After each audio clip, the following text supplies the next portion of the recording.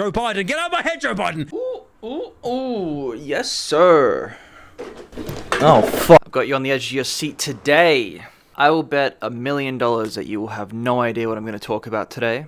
I certainly hope YouTube doesn't. On this series, we have covered selling out, trend chasing, industry planting, political pitchforks, and intentionally bad music. Today, I have found a golden goose, a genuine swing and a miss from someone who thought they were a bona fide genius. We are talking about the artist Apator.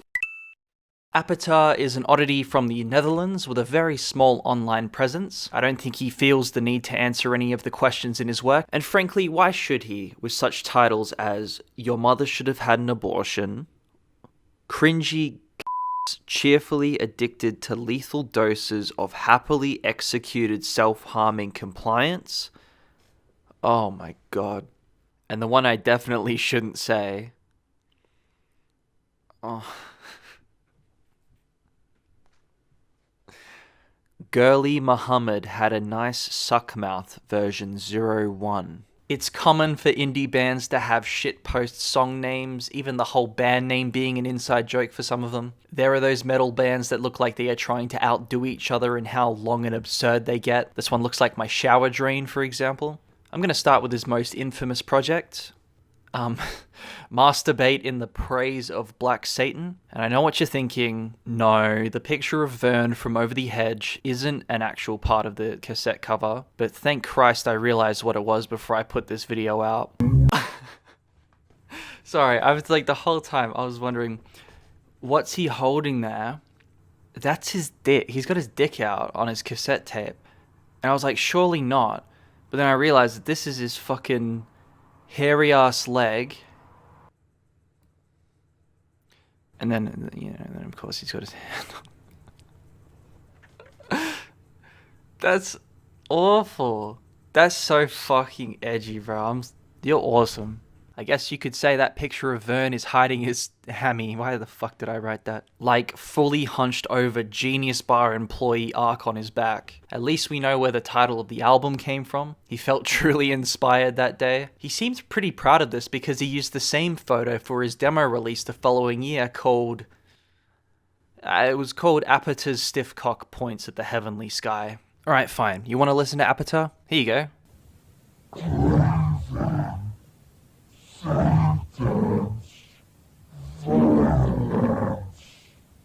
You just did. I took so long to show you the music because it's just this over and over and over again.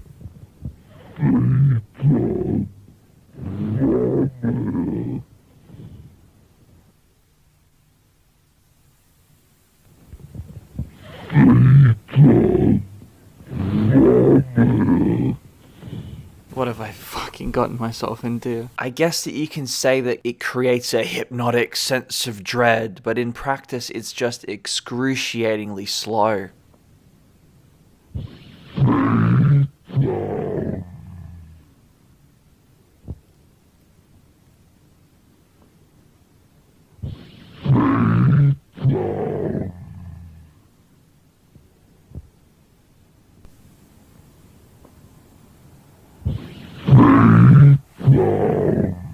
Each pause feels longer and longer, and you can't help but laugh because of how stupid it all is. It's not scary in the slightest. It's almost psychologically designed to make your brain stop and reflect if this really is what you want to be doing with your limited time on this planet. It almost did the opposite of hypnosis because I was checking the time remaining of the song almost every 30 seconds.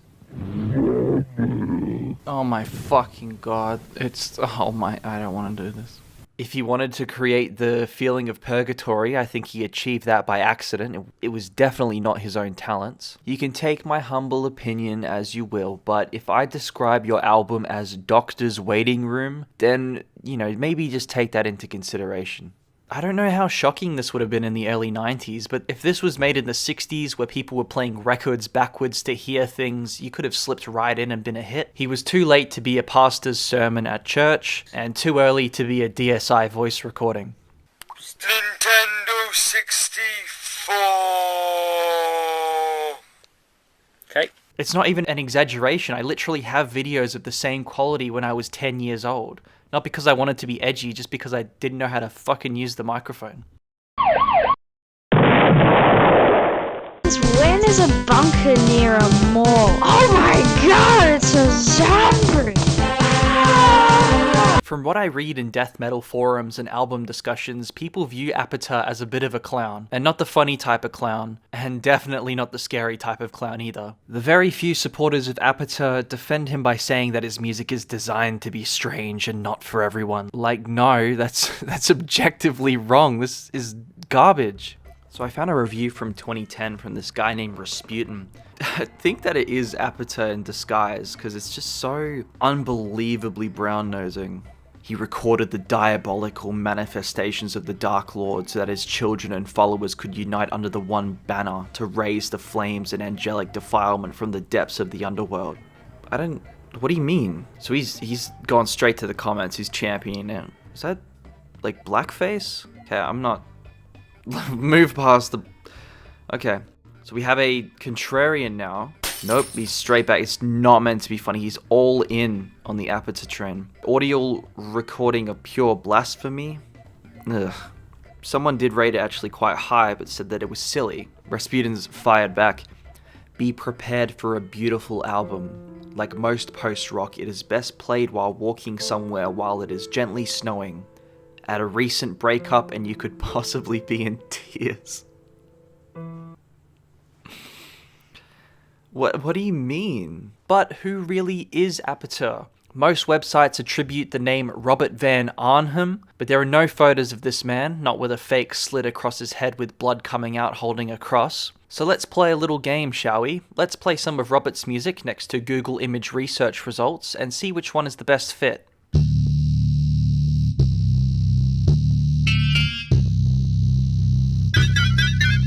Look, I know what you're thinking. There does seem to be an obvious outlier, but you're a fucking fool. I have deceived you. That is his fellow Dutch musician Verpus.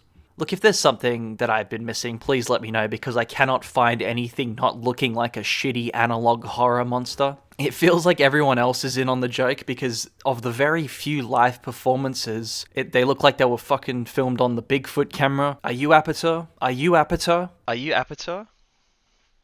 What? Fuck, am I Apator? Oh god, I really hope that I'm not Apator. Are there any other Squidwards I should know about? I'm out of here. Alright, stop the presses. I have located Apator. This photo on his Bandcamp is steadily confirming my suspicions that this is Neil Hess's evil atheist twin. I'm just saying, the fucking Antichrist is not going to be called Robert, alright? It's not. Sendbackmystamps.org is a great archival site dedicated to fanzines of the underground, and I found one of the very few interviews of Apator. In the rare appearance of the Antichrist, he proceeds to say some of the most pretentious shit I have ever heard. See, even back in the day, they're just like talking shit about him. There are two so-called songs on his side of the vinyl. The word songs inside inverted commas because I'm not sure at all if I can call them songs or music at all. Why do you do this kind of stuff? I do this kind of music because Antichrist forces me to. I was forced to begin in October of 1989. The Bible and Quran made me violent and mad. Please describe more about your relationship with the Antichrist. The Antichrist speaks through my mouth. At those moments, violence runs through my veins. My eyes spell kill. The Antichrist will come to destroy all love and human lives. Well, how long until the Antichrist arrives? The Antichrist has already arrived through the mouth of Apator. He speaks about himself in the third person. This is amazing. Has anyone liked your releases? When you talk about Apator, you cannot talk about liking music. I only follow Dark Satan's command. I am being used like a whore. Apator is the violence in its purest form. Have you ever thought about gigs? Do you think you would work on stage? Yes, I will do a gig to promote the anti-Christian message. On stage, I'll be standing with my face full of blood, totally naked, and I will bark my anti-Christian message into the microphone. What the fuck are you talking about? It got to a point where the editor of the zine says the rest of the interview got somehow lost or destroyed when they put the pages together. I didn't know how the process was in the 90s, but I'm more inclined to believe that even the interviewer just got fed up with talking to this guy and realized he's just a waste of ink. This is a really strange situation, as this falls out of every feasible genre since it basically fails to achieve bare minimum of any genre. Even spoken word, I feel it doesn't fit right because there is no narrative or even connective thought. This website categorizes this release as vocal hate. I mean, alright, but that still means it's one of a kind. Metal forums denounce this as metal. Because this is falling outside of anything in this genre that I already know very little about, I'm gonna loop this back into horrorcore. I know it's a stretch, but please bear with me. Horrorcore has been around for so long, but I didn't think it was going to survive into the new decade. It just seems a little bit too risky. What draws me to the genre is the unsettling production that is designed to accompany the lyrical content, which in itself is designed to provoke. Cemetery, for example, was such an exciting breakthrough sensation for me, and the 2021 release Rainbow Bridge 3 it's amazing. God, it's just so fucking good, but it's hard to recommend it without first asking the giant question. Does this sound good to you? Great, then we can continue. And look, that's okay if you don't. I get it. When I played it in my car, it sounded like it was breaking down. It's so abrasive and so angry that it's almost therapeutic to me. It's so focused and confident in its style that Cemetery can cut through his own chaos with some really great vocal performances. And he's just on top of it. He almost makes fun of the genre with the character of DJ Sorrow and the cover arts. I regret everything I've done. DJ Sorrow. And I feel like that's important, and I'm going to bring that up a bit later. The problem with most horrorcore artists is how straight it's played. They don't let it slip for a second how serious they are being, even when it is the most fucking ridiculous concepts. When you are talking about the most vile, disgusting things, sometimes even illegal topics, you want that disconnect. I am all for art going into dark territory, but when we are in these areas, it's more important than ever to separate the art from the artist. Like, Cemetery can go from talking about skinning and burning police officers alive to talking about skeletons and how he can't keep his pants up because how many knives are in his pockets, all the while using the same flow as Gucci Mane. I cut the stone home and get the fire.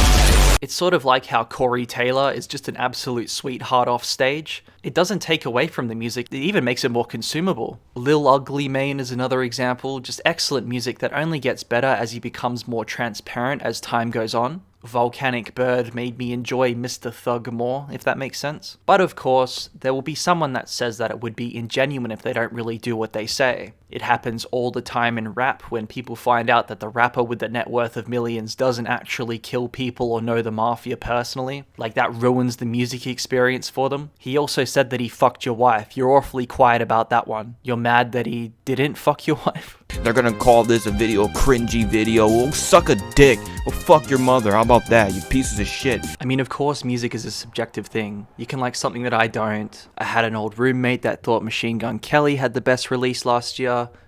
I moved out. What the fuck? What I'm getting at is you want to let the audience in or you will lose all of your edge and look like a try-hard loser. Speaking of try-hard losers, Apator has the aura of that weird kid from high school that could do that gross party trick like rolling their eyes into the back of their head. And when you bump into them again years later, they are still doing the same thing. Apator has more in common with Greg Heffley than any satanic vessel in my opinion, and to some that's even more frightening. What I would say is one of the most successful attempts at this feeling of despair is Daniel Johnston's Hi, How Are You? This is the perfect example of less is more, and has that same outsider charm that Apator would have fallen into for me. Hi, How Are You is hauntingly beautiful because of what is missing as much as what he left in. Each song on the project is so raw that you can hear how small the room is, what texture and fabric the walls and floor are. The lyrics are echoes of what someone down on their luck would whisper to themselves in the quiet hours of the morning after being up the whole night before. Who are you? I don't know. It's hard to tell. You are Daniel? Yeah, I've heard that. That must be me. Most importantly, Daniel understands the fragility of this feeling and keeps the more jagged songs incredibly short and doesn't let anything overstay its welcome. I'll never marry. 20 seconds. 27 words.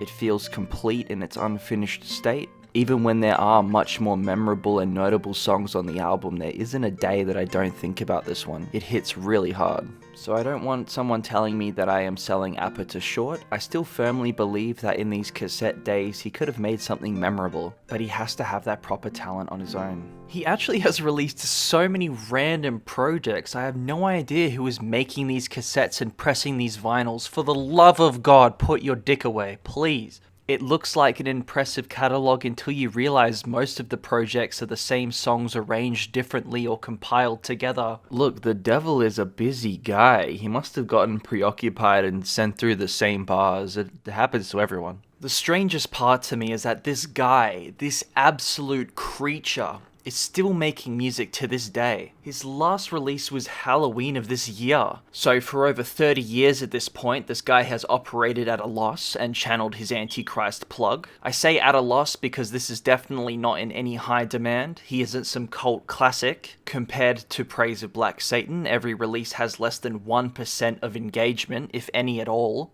But he's still going. After a significant break, he is back into full swing. Look, Robert, man, I'm just trying to make a silly little YouTube video. They do this thing on the website where you can't have your dick out. I'm pissed about it too, but we just gotta do these things. Meet the meat. Get the fuck out of here. I would actually call this 2011 demo a significant improvement, however, from his earlier work.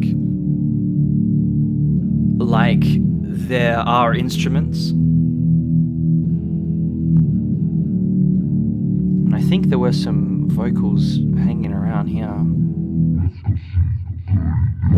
Oh, there we go. We have graduated from 10-year-old with his first microphone to 13-year-old with his first guitar. Only took him 19 years, but I'm proud of you, man. That's growth. I just always love this stuff where someone claims a higher power told them to do these things, because it only ever comes up in the most bizarre of circumstances. Like that guy who made the Killdozer. He said that that was God's plan to build the impenetrable death tank and seal himself in. When the Coney 2012 guy got naked and walked around, he said that that was an out-of-body experience and that it wasn't truly who he was. DJ Khaled seems to be on amicable speaking terms with God, so he can justify making fucking Kanye West Skrillex remix without him. They ain't believing us.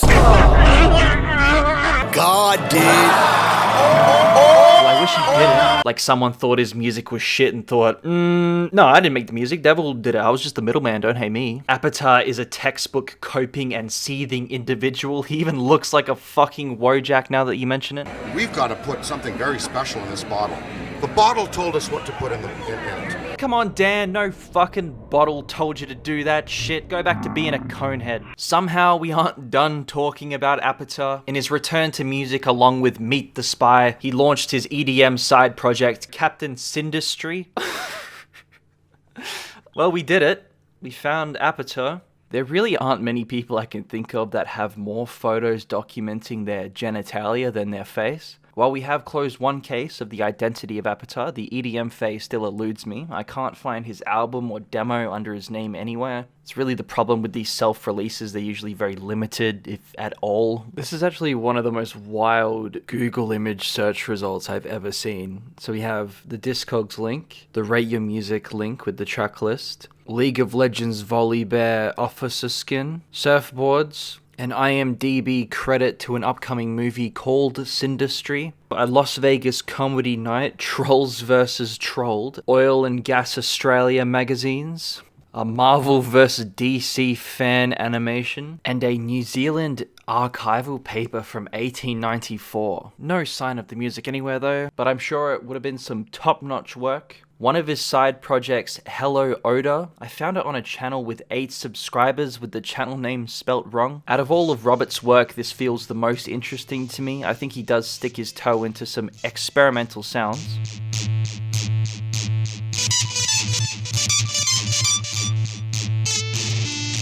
Just every bedroom electronic project ever, all I can think about is Robert Webb dancing through the cemetery. Look out! I'm dangerous. I think it's just time to admit that the Antichrist just sucks at music and Apator needs a new musical mentor. And I know age is a cheap thing to bring up, but like, he was 26 when he made Praise and Black Satan. And at the moment, he's older than my dad when he's making shit called The Holocaust You Deserve and Dudes Devastatingly Die. Okay. Especially this Bandcamp era, the stuff is really not noteworthy at all. It just sounds the same and has gone back into a more industrial sound. So almost, oh god, 30 years since that first release? Let's see if he's any better. I got my vaccines. I can get on airlines. I got my vaccines. I can get on airlines.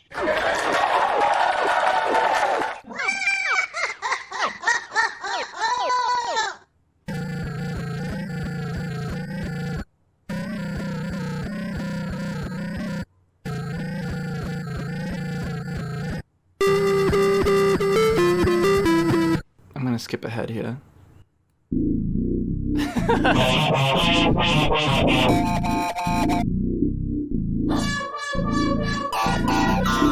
That sounds like the fucking Pac-Man. Here comes Pac-Man.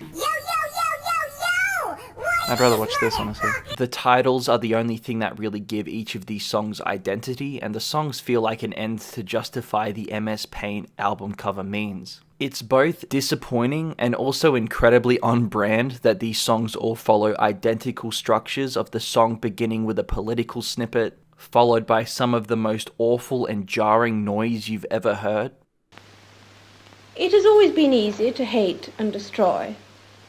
To build and to cherish is much more difficult. Hate and destroy. Hate and destroy. Easy. Hate and destroy. Hate. Easy and destroy. Easy. It is.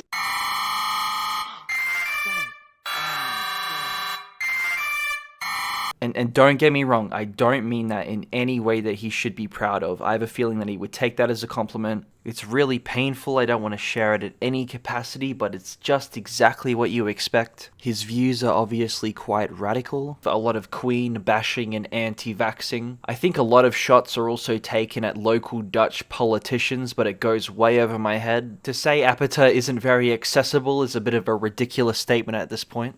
Apator quickly went from so bad it's good to some of the least entertaining rabbit holes I've ever ventured down. Usually these weird conservative types reserve their hate for a bumper sticker on their car, but it's just bizarre to see it on display in such a public manner, and simultaneously no one caring about it. Praise and Black Satan is a tremendous failure in every single aspect. It put me through every single stage of grief. Pressing play, the first 10 seconds is admittedly really entertaining, but the other half an hour is quite the opposite. I conveniently omitted the 15 minutes of the first listening experience where I just left and did my laundry. It's that boring. You would just be rather doing housework. But this project is the thing that inspired me to make this series all that time ago.